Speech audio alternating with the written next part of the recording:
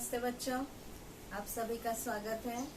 आज पांचवा पाठ हम पढ़ेंगे परमाणु का अंतर्भाग। यहाँ पर हमने लास्ट लेक्चर में पढ़ा था डाल्टन का परमाणु सिद्धांत, डाल्टन की परमाणु प्रतिकृति, डाल्टन ने परमाणु का क्या मॉडल बताया था। फिर उसके बाद थॉमसन ने परमाणु का कौन सा मॉडल बताया था, थॉमसन की परमाणु प्रतिकृति। अब जो है आज हम पढ़ेंगे रुदरफोर्ड की नाभिकीय परमाणु प्रतिकृति।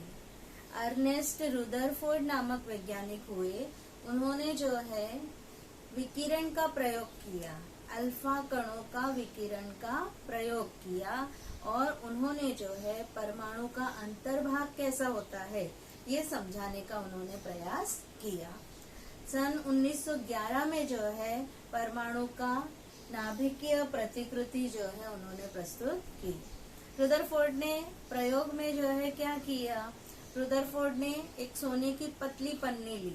सोने की पतली पन्नी मतलब कैसा, प्लास्टिक कैसा होता है हमारा, बिल्कुल जैसे सोना जो होता है, सोने के पत्रे को जो है पीट पीट के इतना पतला कर लिया जाता है कि उसके आर पार दिखाई दे, ऐसी सोने की पतली पन्नी ली। लगभग जो है 10 की घातांक ऋण 4 मिलीमीटर की पन्नी ली मोटाई की, और रेडियोधर्मी तत्व लिया, जिससे कि रेडियोधर्मी तत्व क्या होता है कि उस तत्व को रखे रहने पर, ये भारी धातुएं होती हैं, रेडियोधर्मी तत्व जो है ये ऐसे होते हैं कि इनको अगर रख दिया जाता है तो इनसे अदृश्य विकिरणें निकलती रहती है जो कि हमें दिखाई नहीं देती। अदृश्य मतलब जो हमें दिखाई नहीं देती है, लेकिन उनसे विकिरणें निकलती रहती है। तो ऐसा रेडियो सक्रिय तत्व लिया जिससे कि अल्फा कण जो है उत्सर्जित होते रहते हैं, और उसको जो है शीशे के कुंदे में रख दिया। शीशा एक धातु होती है, शीशा धातु होती है, वो शीशा का ऐसा कुंदा बनाया, उसके अंदर रख दिया। अब ये शीशे का कुंदा क्यों लिया गया, क्योंकि जो है शीशा जो है ये इससे उत्सर्जित होने वाली, रेडियो सक्रिय धातु से उत्सर्जित होने वाली जो विकिरणें होती है उसको अवशोषित कर लेता है। इसके बाद जो है इन्होंने जो है एक प्रतिदीप्तमान पर्दा लिया और उसके अंदर जो है सोने की पतली पन्नी रखी, और फिर किस तरह से जो है प्रयोग किया हम देखेंगे आकृति में। यहाँ पर देखिए ये रेडियो सक्रिय तत्व रखा है, रुदरफोर्ड का विकिरण का यहाँ प्रयोग दिखाया गया है। ये सोने की पतली पन्नी रखी है, ये यहाँ पर जो है रेडियो सक्रिय तत्व से जो अल्फा कण उत्सर्जित होते हैं, ये अल्फा कण उत्सर्जित हो रहे हैं और ये सीधे चलते हैं अल्फा कण। ये प्रयोग अंधेरे में किया जाता है और यहाँ पर जो है इसके चारों ओर एक पर्दा लगाते हैं कि विकिरणें जो है किधर जाएंगी, ये सब अदृश्य विकिरणें ही होती हैं, दिखाई नहीं देती है, इसलिए ये प्रयोग पूरा अंधेरे में करते हैं। और ये कुंदा लिया है जिसमें से जैसे ताला होता है उसका कुंदा होता है, वैसे ही ये कुंदा है, उसमें से केवल उतनी ही एक लाइन निकलेगी, बाकी जो किरणें इधर उधर भी अवशोषित कर ली जाती है।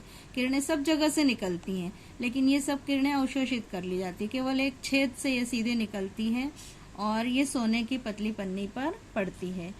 ये अल्फा कण जो है धन आवेशित होते हैं। ये कण कैसे होते हैं, धन आवेशित होते हैं।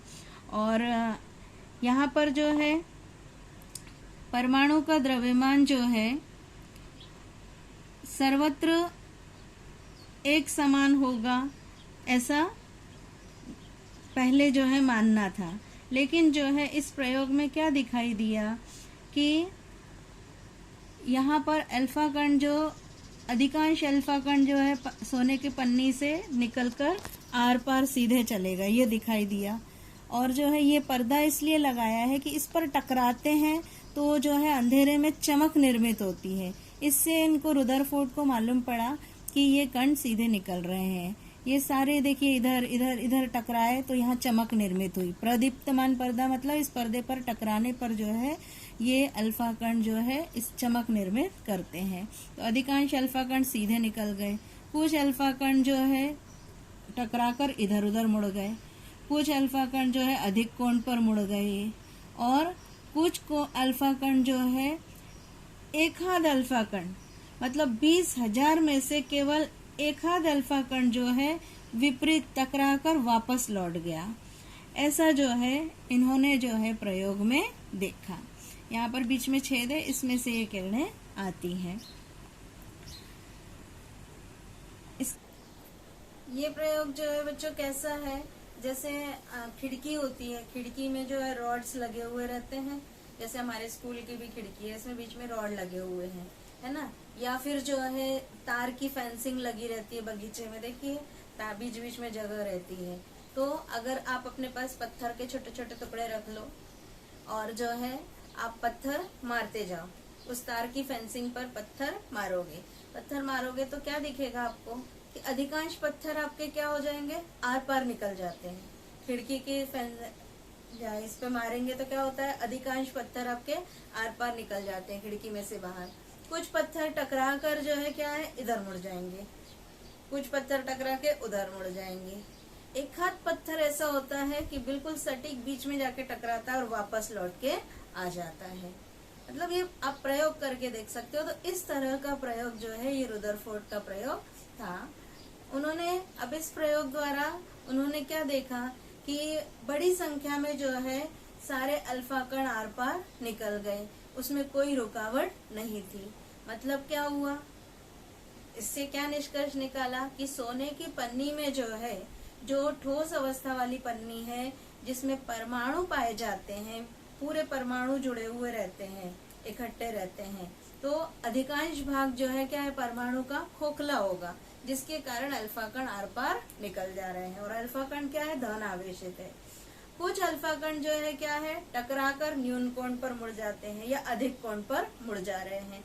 मतलब क्या है, परमाणु के बीचों बीच कोई ऐसा भाग है, ठोस भाग है, जिससे टकराकर जो है इधर उधर अल्फा कण मुड़ जा रहे हैं, वो धन आवेशित भाग है। मतलब उनमें प्रतिकर्षण भी हो रहा है, धन आवेशित ये टकराकर अट जाते हैं, मतलब वो रुकावट उत्पन्न कर रहा है।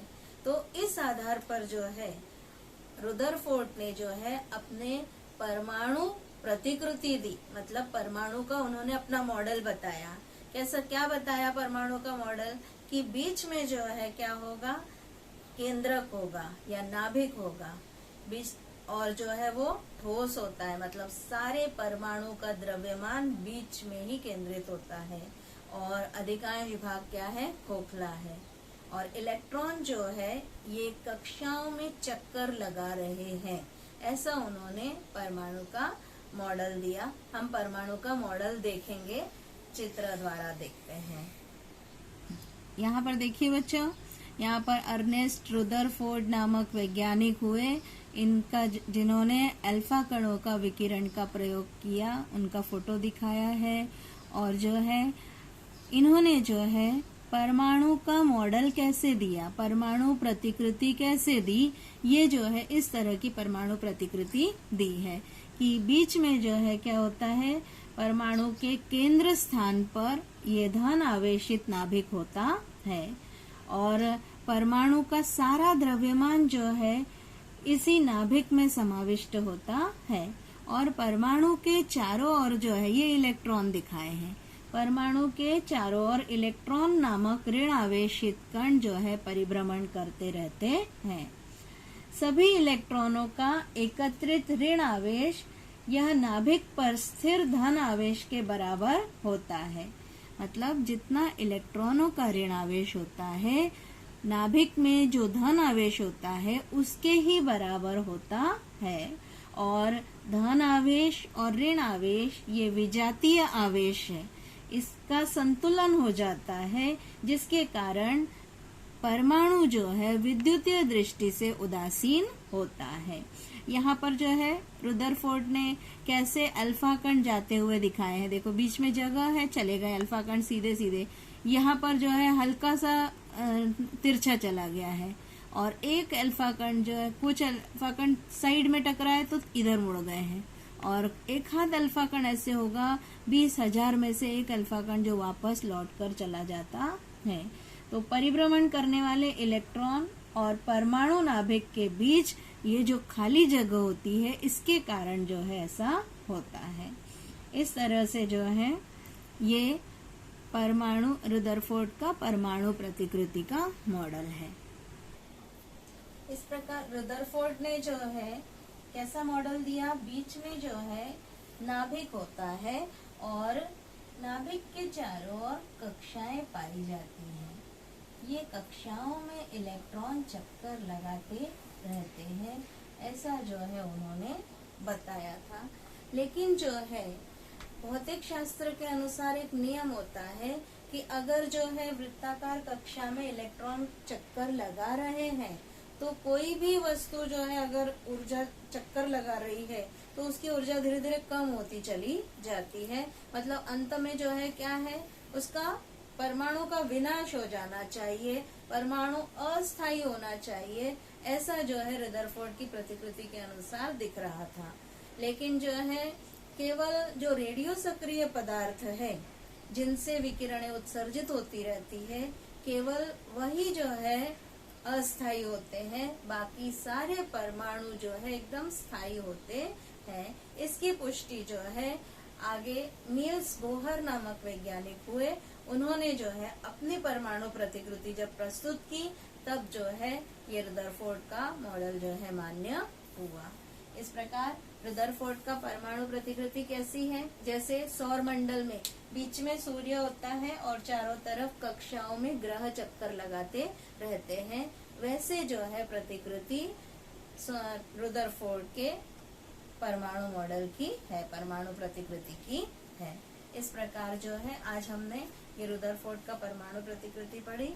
होमवर्क दूंगी, वो आप घर पे करेंगे और बार बार जो है वीडियो को देखकर और आप उसको पढ़ेंगे, समझने की कोशिश करेंगे बच्चों। ऐसे नहीं कि एक बार देखा और छोड़ दिया। अब आपके पास बार बार देखने के लिए भी है तो आप बार बार देखकर जो है उसको रिवाइज कर सकते हैं, समझ सकते हैं। ठीक है।